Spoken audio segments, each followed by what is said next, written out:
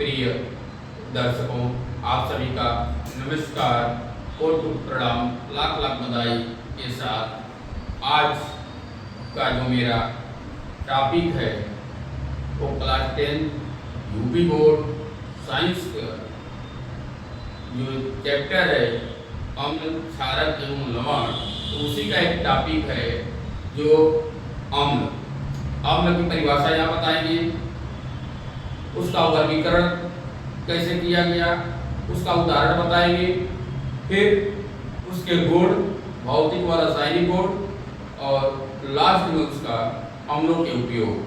तो आप देख सकते हैं 5 चीज़ों का यहाँ हमने जिक्र किया है।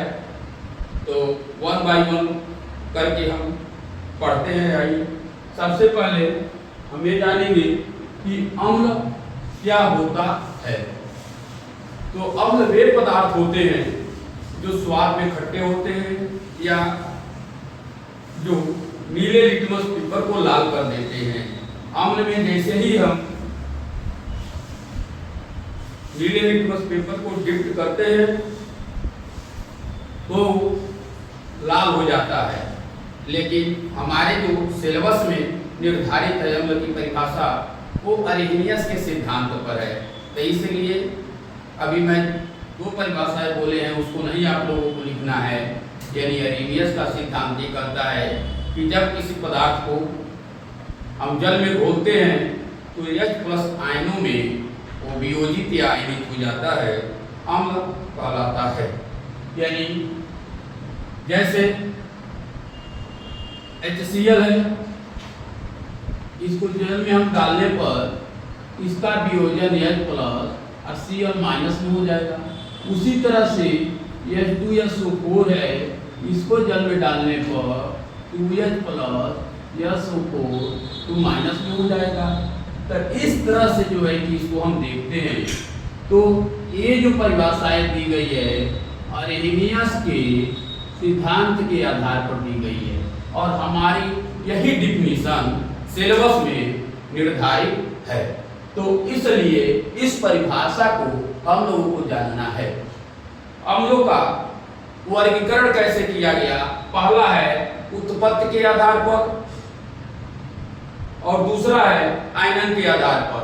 तो उत्पत्ति के आधार पर कार्बनिक अम्ल और दूसरा है खनिज अम्ल। कार्बनिक अम्ल क्या होता है? वे अम्ल जो सजीवों से प्राप्त उत्पादों में पाए जाते हैं। खनिज अम्ल वे अम्ल जो खनिजों से प्राप्त होते हैं। तो इनके बारे में हम उदाहरण जानेंगे।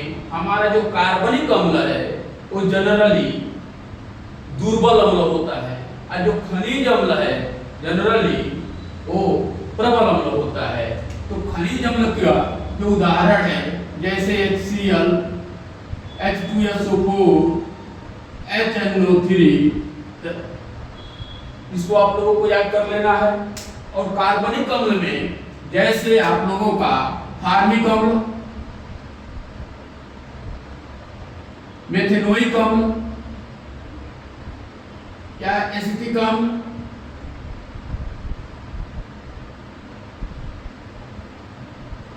एसिटिक अम्ल, यहाँ फार्मिक अम्ल, एसिटिक अम्ल, एथेनोइक एसिड।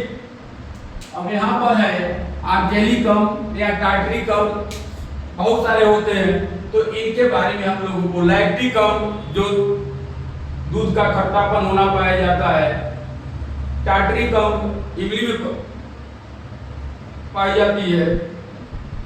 तो इस तरह से हम लोगों को इसके बारे में जान लेना है। इन सभी का एग्जाम्पल और आयनन के आधार पर आते हैं। तो यहाँ पर प्रबल अम्ल और दुर्बल अम्ल 2 तरह के यहाँ भी है। प्रबल अम्ल में क्या लिखेंगे? यही वाला एग्जाम्पल यहाँ कॉपी कर देंगे। और दुर्बल अम्ल में हम लोग क्या लिखेंगे? HCl। और क्या हो सकता है? CH3COOL। और क्या हो सकता है? HCOOL। ये सब दुर्बल अम्ल की श्रेणी में आते हैं। खनिज अम्ल में जो हमारा दुर्बल अम्ल पाया जाता है, एक है सबसे दुर्बल, वो है कार्बोनिक अम्ल। कार्बोनिक अम्ल का फार्मूला क्या होता है? H2CO3 जो पेय पदार्थ होते हैं उसमें इसको मिलाया जाता है।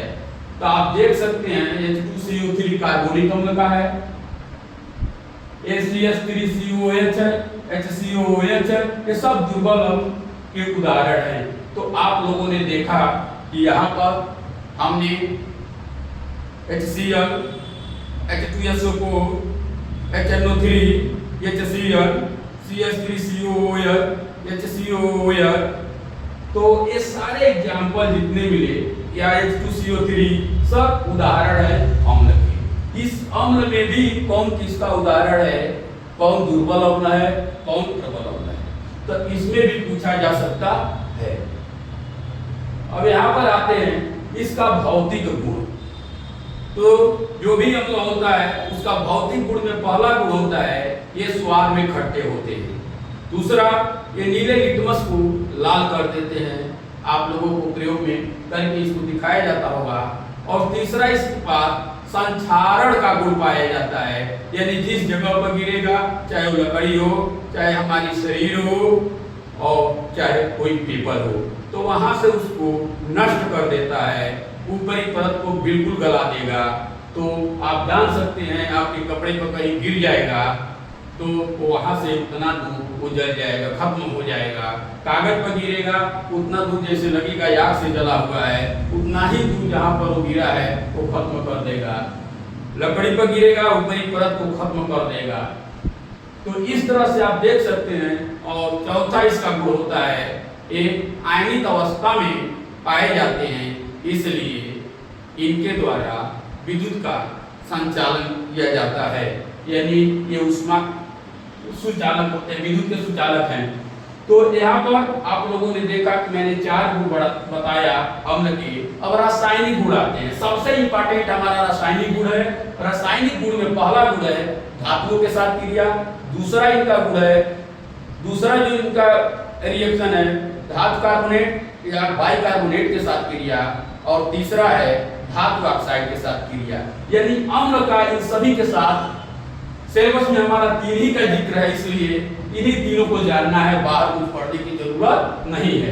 तो धातुओं के साथ क्रिया देखेंगे। मान लीजिए हम एक अम्ल ले लिए H2SO4, इसकी क्रिया हमने कराया। मान लीजिए कोई भी धातु हमने ले लिया, मान लीजिए हमने जिंक ले लिया, तो ये हमारा बनाएगा zinc plus H2। Hydrogen gas बनाया, ये हमारा साल्ट यानी लवण प्राप्त हुआ। यानी जब भी धातुओं के साथ क्रिया कराई जाती है तो हमारा लवण बनता है और हाइड्रोजन गैस निकलती है। बस आप लोगों को इतना याद रखना है, किसी के साथ हम क्रिया कराएं तो हमारा यही बनेगा, मतलब हाइड्रोजन गैस जरूर निकलेगी। हाइड्रोजन गैस के पास आग ले जाने पर, जलाने पर पॉप साउंड की ध्वनि आती है। अब उसी तरह से है हमारा धातु कार्बोनेट के साथ क्रिया। तो धातु कार्बोनेट सबसे पहले मान लीजिए हम सोडियम लिखते हैं Na2CO3, इसकी क्रिया किसी भी एसिड से करा देते हैं। मान लीजिए हमने एसिड HCl से कराया तो ये हमारा बनाएगा सोडियम क्लोराइड, एक प्रकार का साल्ट है, स्ट्रांग एसिड और स्ट्रांग बेस से मिलकर बनता है। और हमारा जो नेक्स्ट कंपाउंड बनेगा वो होगा H2O और CO2। तो आप लोगों ने देखा ये किस तरह से रिएक्शन करने पर क्या बना। अब दूसरा रिएक्शन हम यहाँ देखेंगे बाइकार्बोनेट का NaHCO3 प्लस HCl। यहाँ पर जो बनेगा ये NaCl ही बनेगा और प्लस H2O प्लस CO2। ये दोनों यहाँ पर कॉमन रहेगा सब में, जिससे भी हम रिएक्शन कराएंगे। हम कैल्शियम कार्बोनेट भी ले सकते हैं, मैग्नीशियम कार्बोनेट ले सकते हैं, यानी कोई भी कार्बोनेट रहेगा उसके पहले धातु युक्त लगा होगा। यदि कार्बोनेट है, सोडियम लगा है तो सोडियम कार्बोनेट, मैग्नीशियम लगेगा तो मैग्नीशियम कार्बोनेट, कैल्शियम लगेगा तो कैल्शियम कार्बोनेट। तो इस तरह से उसका नाम धातु जो लिखेंगे उसके अनुसार उस चेंज होता जाएगा, लेकिन प्रोडक्ट हमारा यही बनेगा, कोई न कोई साल्ट ही बनेगा जिसमें H और OH नहीं दिखाई देगा। तो आप देख सकते हैं। और तीसरा जो एग्जाम्पल है हमारा यहाँ पर धातु ऑक्साइड का, इसका एग्जाम्पल हम यहाँ लिख दे रहे हैं। धातु ऑक्साइड का एग्जाम्पल, सबसे पहले आप कोई भी, मान लीजिए हमने लिख लिया कैल्शियम ऑक्साइड, इसकी क्रिया हमने करा दिया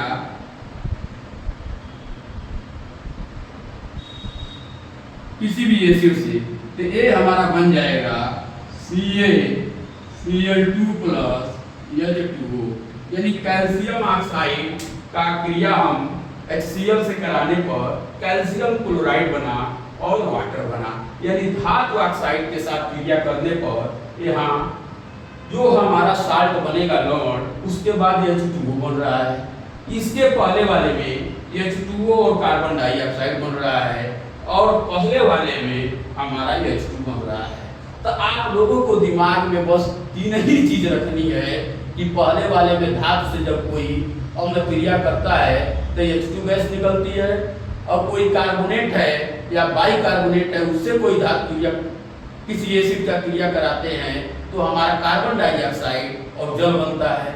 और तीसरा में कोई भी धातु ऑक्साइड हो, यानी धातु के साथ ऑक्सीजन लगा हो, तो उसका नेचर क्षारीय होता है, और वह जब किसी एसिड से क्रिया करता है तो हमारा एक लवण साल्ट बनता है और एक वाटर बनता है। तो आप समझ सकते हैं कि बस यही चीज आप लोगों को याद करना है, दिमाग कुछ नहीं लगाना है, अम्ल का उदाहरण याद कर लेना है, उसमें स्ट्रांग कौन है, वीक कौन है, और प्लस एक रिएक्शन इसके जगह पर कुछ भी हो पूछ सकता है। आपको बस इतना याद रहेगा तो निश्चित रूप से आप परीक्षा में पूछे गए प्रश्न का जवाब निसंदेह दे देंगे।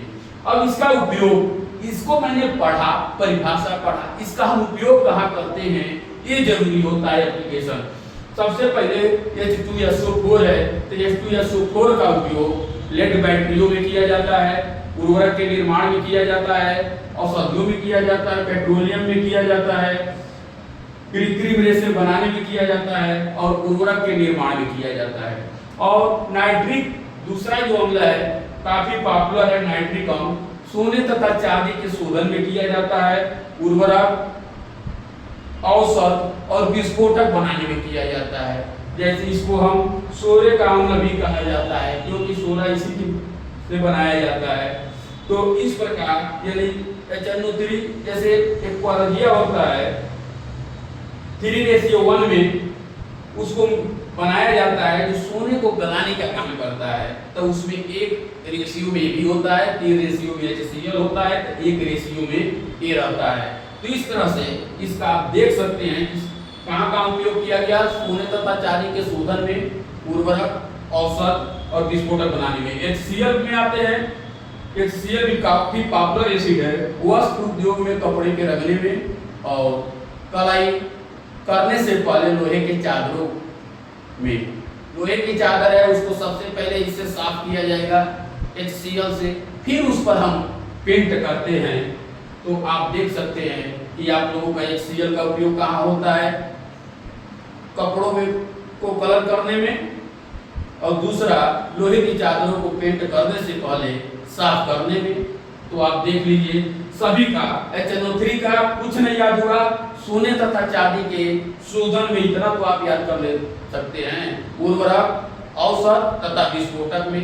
तो इतना यदि आप लोगों को याद हो गया तो बहुत अच्छी चीज है। इसमें आएंगे H2SO4 में, तो आप लोग जानते हैं लेड बैटरियों में, पेट्रोलियम में, कृत्रिम रेशे बनाने में और उर्वरक के निर्माण में। तो आप देख सकते हैं उर्वरक का निर्माण यहाँ भी है, उर्वरक यहाँ भी है, इन 2 जगहों पर यानी इन सभी का यूज किया जाता है। तो प्यारे छात्रों, मुझे पूरा विश्वास है कि आप लोगों को समझ में आया होगा। तो मैं उम्मीद करता हूँ कि आप लोग इसका रिवीजन समय समय पर करते रहें। इसके बाद जो मेरा नेक्स्ट लेक्चर होगा वो होगा क्षार क्या होते हैं, सेम प्रॉपर्टी जिस तरह से इन सब की है उसी तरह से क्षार के बारे में बताएंगे। फिर दोनों का हम कंपैरिजन करेंगे कि क्षार और अम्ल कहाँ कहाँ कंपैरेटिवली हम उनका प्रयोग करते हैं और इनके गुणों को देखेंगे। तो इस तरह से प्यारे छात्रों, आप सभी का मेरे तरफ से नमस्कार, जय हिंद, जय भारत।